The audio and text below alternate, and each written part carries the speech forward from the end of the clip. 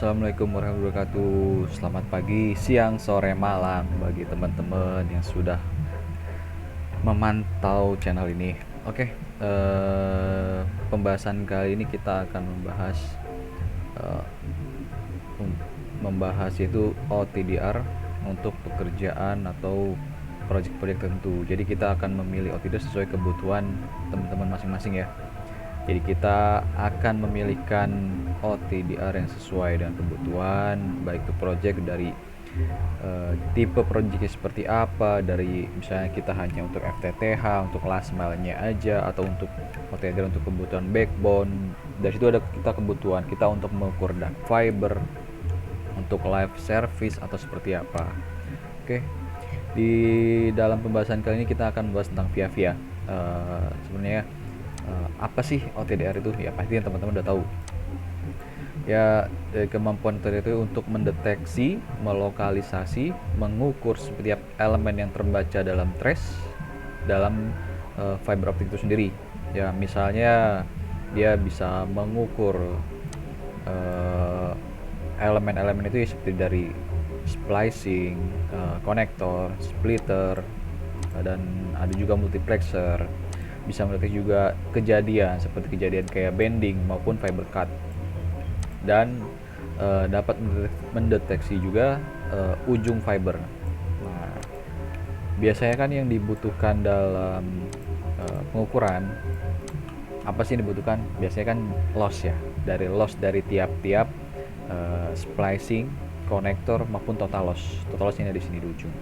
Nah, terus bagaimana dengan kemampuan mengukur jarak sampai berapa puluh kilometer, sampai berapa ratus kilometer bahkan ya. Sini ada penjelasannya juga, dan juga wavelength berapa yang mau kita ukur.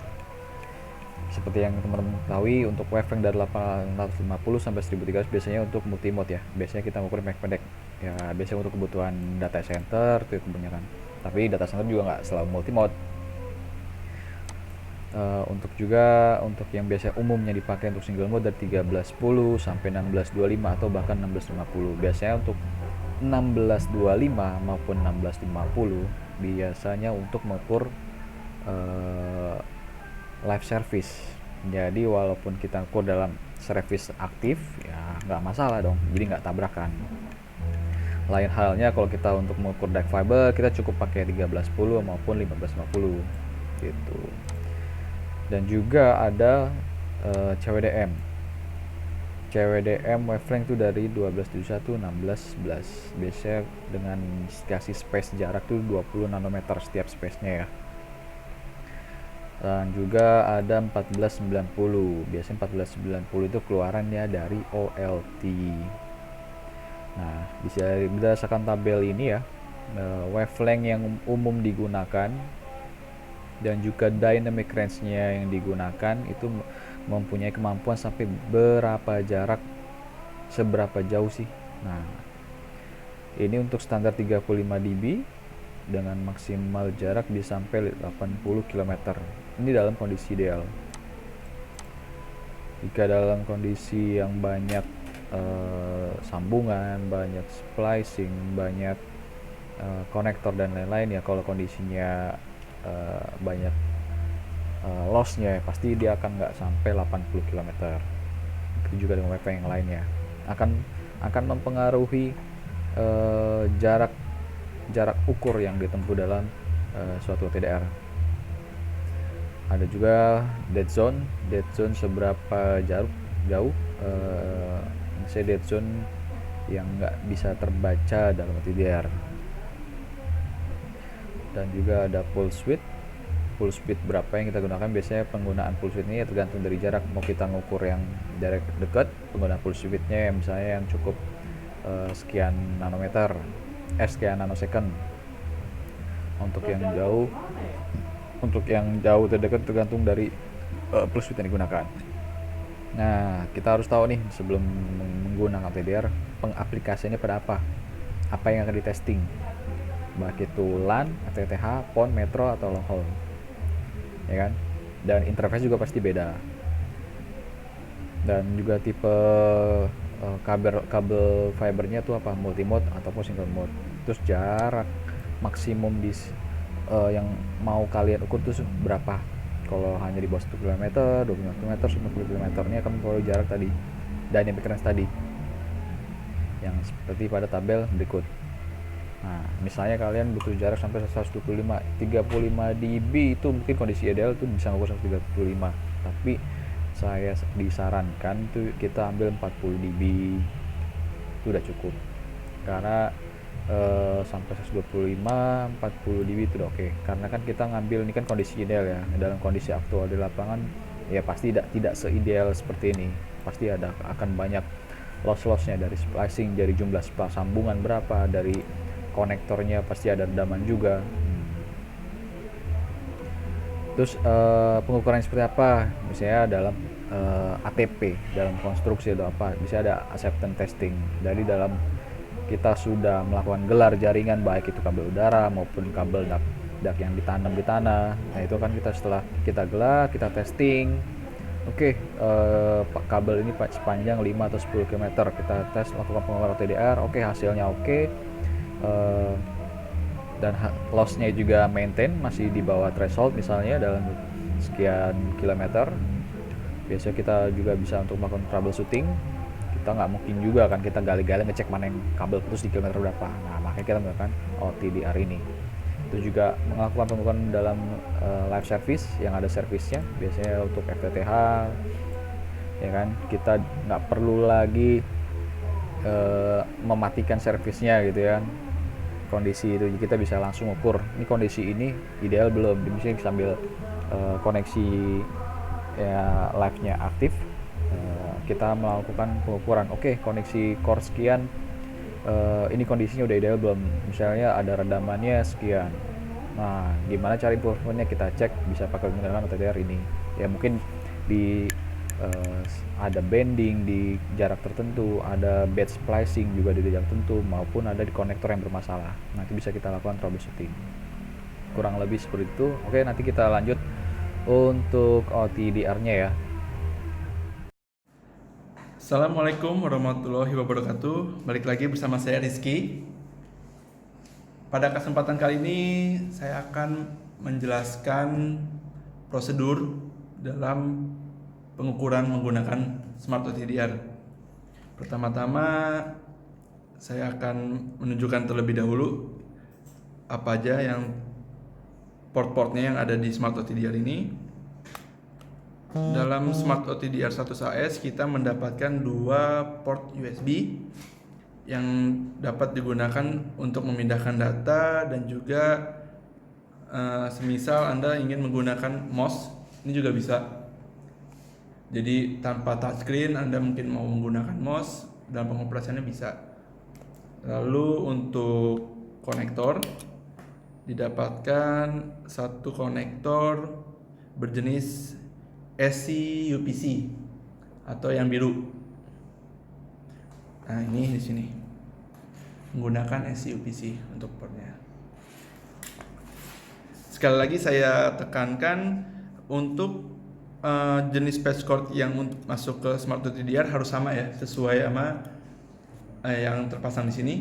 Karena ini biru SC UPC, jangan dipasang dengan SC EPC, jangan dipasang menggunakan yang hijau.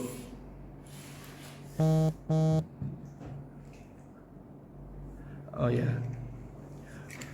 prosedur pertama dalam melakukan pengukuran, kita pastikan terlebih dahulu patch cord dan juga konektor pada Smart OTDR-nya bersih, yaitu menggunakan one click cleaner.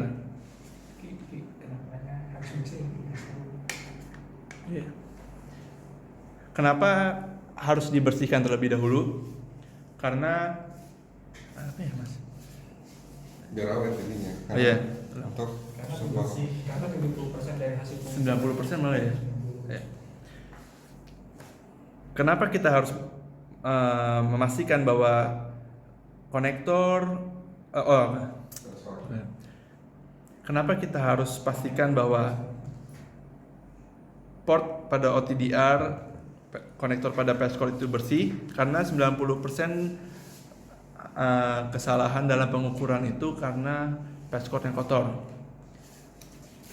Bisa saya lihatkan hasil gambaran menggunakan mikroskop. Mungkin nanti pada video selanjutnya akan saya ajarkan cara penggunaannya.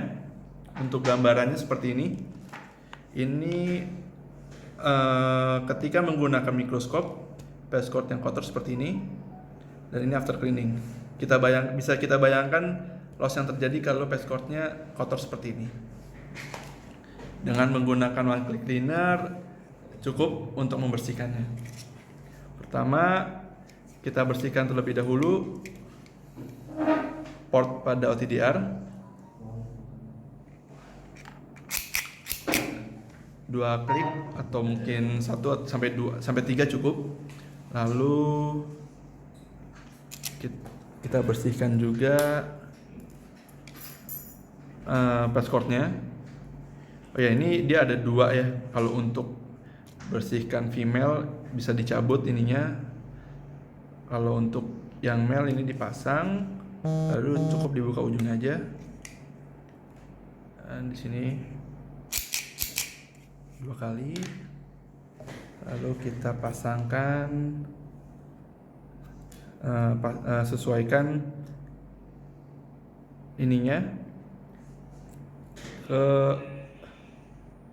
sini nih sampai dia klik. Lalu ini saya menggunakan kabel dummy 1 kilo. Karena dummy yang saya pakai patch cordnya hijau, maka saya tadi menggunakan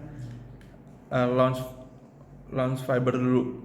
Jadi untuk menyambungkan dari patch cord dari OTDR karena dia biru, lalu saya pakai launch cable dengan jenis kabel patch cordnya yang ujungnya berbeda, biru ke hijau. Ada sambungan ke sini. Ini saya bersihkan juga. Pasang.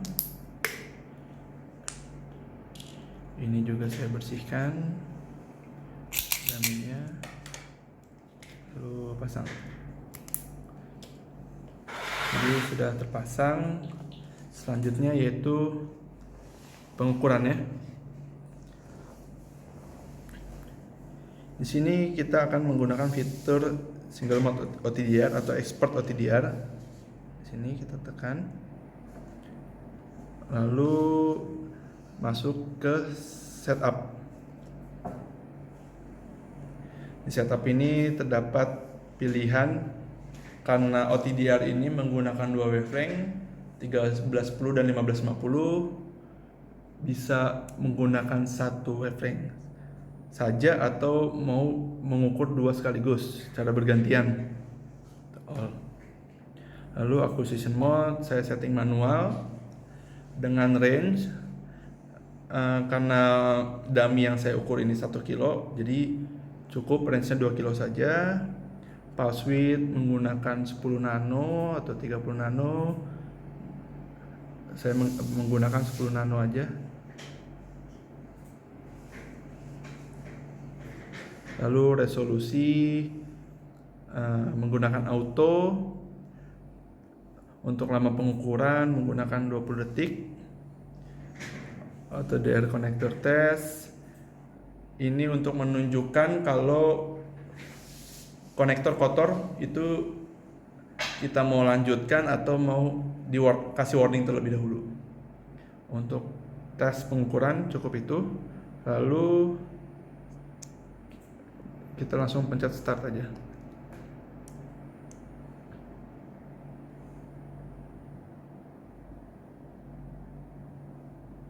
Nah, nih kebersihan konektor akan ditunjukkan di sini, tadi ada indikasi good nih. Kalau di awalnya kotor, biasanya dia nunjukinnya tadi bad. Ini mengukur 1550 terlebih dahulu. 20 detik selesai, baru nanti ngukur yang 1310-nya.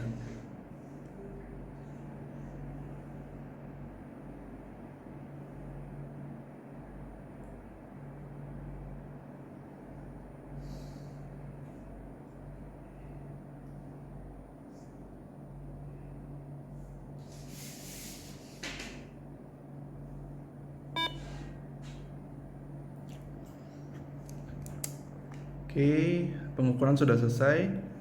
Ini hasil pengukuran menggunakan 1310 dan ini untuk 1550-nya. Didapatkan kabel dummy-nya memiliki sepanjang 1 km dengan total loss 0,226 dB. Dan dB per km-nya 0,226 juga.